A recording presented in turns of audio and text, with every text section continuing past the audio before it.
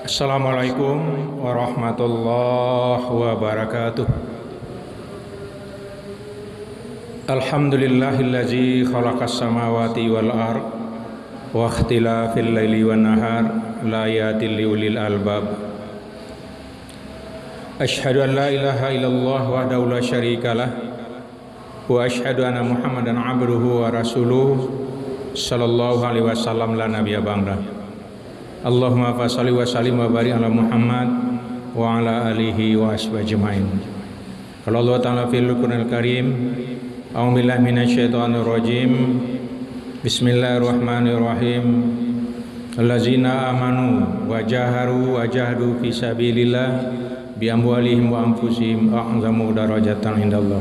Ulaika humul faizun. Shadaqallahul azim. Bapak-bapak, ibu-ibu, hamba Allah jamaah zuhur yang mulia. Alhamdulillah, perjalanan waktu telah mengantarkan kita ke hari ini 1 Muharram 1443 Hijrah.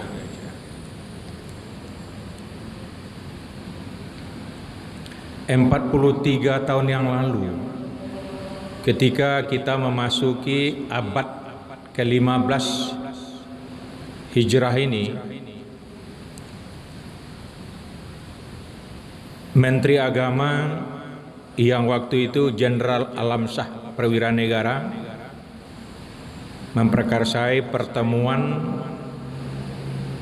organisasi Islam sedunia itu tahun 1979 di Jakarta. Luar biasa. Menteri Agama, kalau tidak keliru, ketika adalah ketua pelaksananya. Dan waktu itu salah satu deklarasi hasil pertemuan organisasi Islam internasional ini adalah akan menjadikan abad ke-15 Hijrah ini abad kebangkitan umat Islam. Luar biasa. Satu di antaranya, kita masih ingat. Nah, gaungan gema dari konferensi internasional ini luar biasa, baik di lingkungan Indonesia sendiri maupun internasional. Di lingkungan Indonesia sendiri, ya, pertemuan itu, konferensi itu, rekomendasi itu membangun spirit, membentuk konsolidasi, pemenahan, penguatan umat Islam. Di sisi lain, rekomendasi itu menjadikan kelompok-kelompok umat-umat kekuatan Islam begitu bersemangat memperhatikan gerak langkah Islam. Di kalangan internal Islam sendiri, puncak dari konsolidasi itu terbentuklah namanya ICMI, Ikatan Cendekiawan Muslim Indonesia, tanggal 7 Desember 1990. Ketika itu Pak Harto minta Pak Habibie untuk ketuanya. Dengan adanya ICMI, terlihat itu kebijakan, arah dan orientasi pemerintah luar biasa, ya, terhadap Islam. Sehingga ada istilah waktu itu Islam royo-royo, kabinet royo. Dan terlihat Presiden Soeharto waktu itu begitu terasa pembelaan dan pembelaannya kepada Islam. Ibu dan Bapak, hal-hal yang demikian ternyata kehadiran ICMI yang nanti cikal bekal, karena dalam konferensi nyatakan abad ke-15 merupakan abad kebangkitan umat Islam, dan kebangkitan itu diharapkan dari Indonesia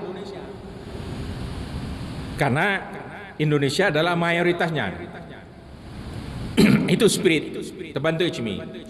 Namun di sisi lain kita lihat LB Murdani dan kelompok-kelompoknya yang tidak senang kebangkitan Islam bergerak lagi. Nah, sama-sama yang satu bergerak bagaimana membangun kegiatan Islam, ekonomi Islam, semenjak itu muncul yang namanya ekonomi syariah dan sebagainya. Di sisi lain pun, ya, musuh-musuh Islam luar biasa pula. Sehingga apa saja yang berbau Islam itu diawasi, disikat. Sejarah membuktikan puncak dari kekhawatiran umat lain, kelompok lain tentang kebangkitan Islam, apalagi sudah ada Ijmi, itulah puncaknya 1998 dilenserkannya Parto dari pemerintahan. Silakan baca sejarah. Dan semenjak itu kita lihat kekuatan-kekuatan lain tidak lagi memberikan kesempatan kepada Islam untuk berkembang. Ingat apa yang disampaikan oleh Pak Natsir, ya, Pak Nasir seorang negarawan, politisi, integritas luar biasa. Beliau pernah mengatakan, "Hai umat Islam, selama kamu hanya beribadah saja, ya, kamu akan dibiarkan. Kalau bangun masjid, bangunlah masjid setiap hari itu, tidak apa-apa.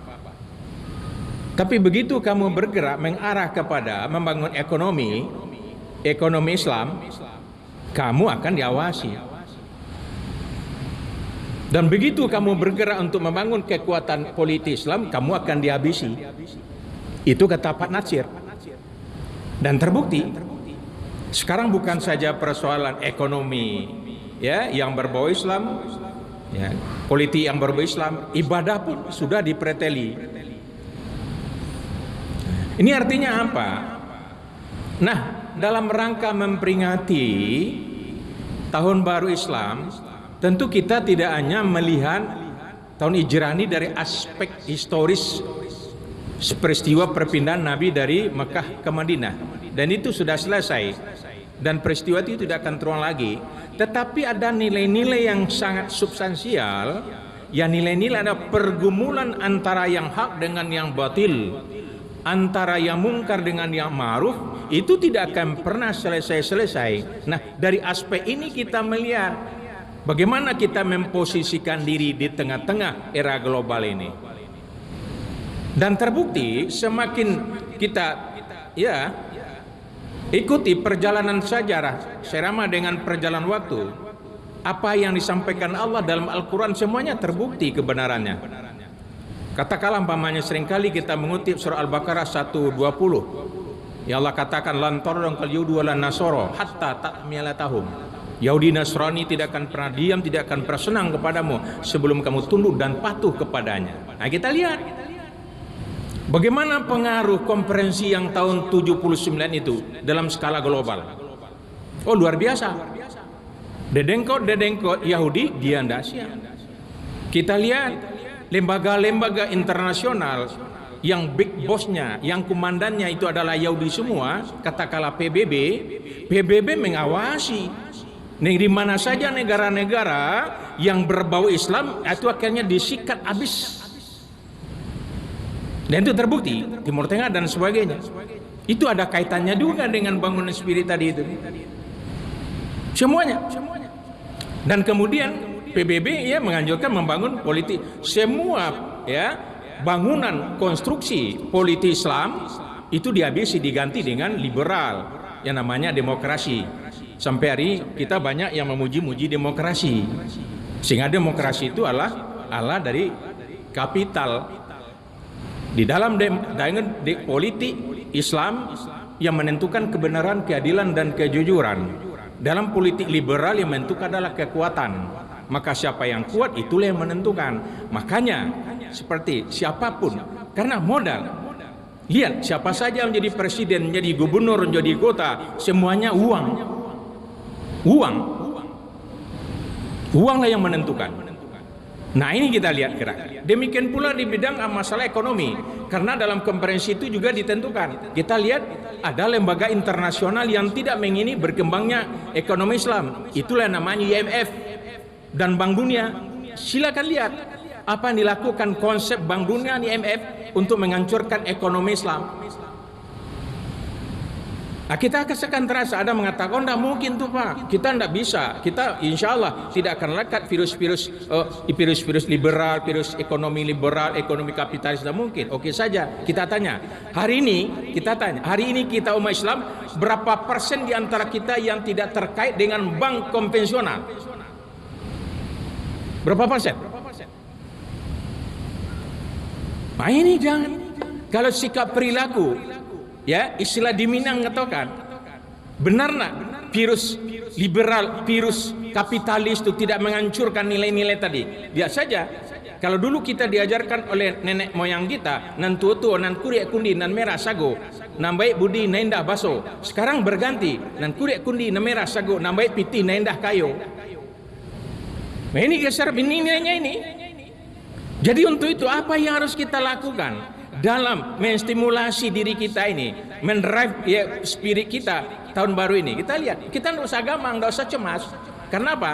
Kalau di sini melakukan yuridu litiu, ada ancaman, ada apa? Tapi tempat yang kita lihat Islam bukan luar biasa. Lihat bagaimana perkembangan Islam di Rusia, bagaimana perkembangan Islam di Jerman, bagaimana perkembangan Islam di Inggris, di Amerika, luar biasa. Nah pertanyaannya sekarang, hijrah yang kita pahami gimana? Apakah hijrah tempat atau hijrah mindset? Di antaranya adalah hijrah mindset, hijrah cara berpikir, cara pikir bagaimana? Kalau selama ini kitanya terpaku, terkutat, terpukulnya ibadah saja, sholat 5 waktu, tepat waktu berjamaah, puasa Senin Kemis, puasa Ramadan, zakat dan sebagainya, kita sudah menganggap selesai. Terus kita bangun hijrah. Kenapa? Islam tidak hanya untuk kita amalkan ibadah, tapi bagaimana perjuangan kita menegakkan kebenaran dan keadilan Islam. Makanya dalam surat Al-Imran 142 itu Allah katakan, am hasibtum an tadkhulul jannah.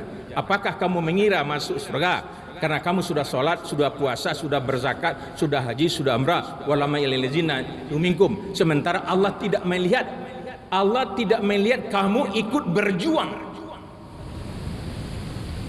Jadi hijrah sekarang adalah kita robah mindset kita, di samping meningkatkan iman, ketakwaan, ibadah, kita pun harus peduli dengan perjuangan Islam menegakkan kebenaran, keadilan dan kejujuran. Kalau tidak, percayalah sebentar lagi entah apa yang kita alami. Kalau hari ini itu hari libur yang digeser, kita tidak tahu besok bisa saja Jumat digeser ke tempat yang lain. Allahu a'lam. Fa'tabiru ya ahsan la'allakum tuflihun. Assalamualaikum warahmatullahi wabarakatuh. Allah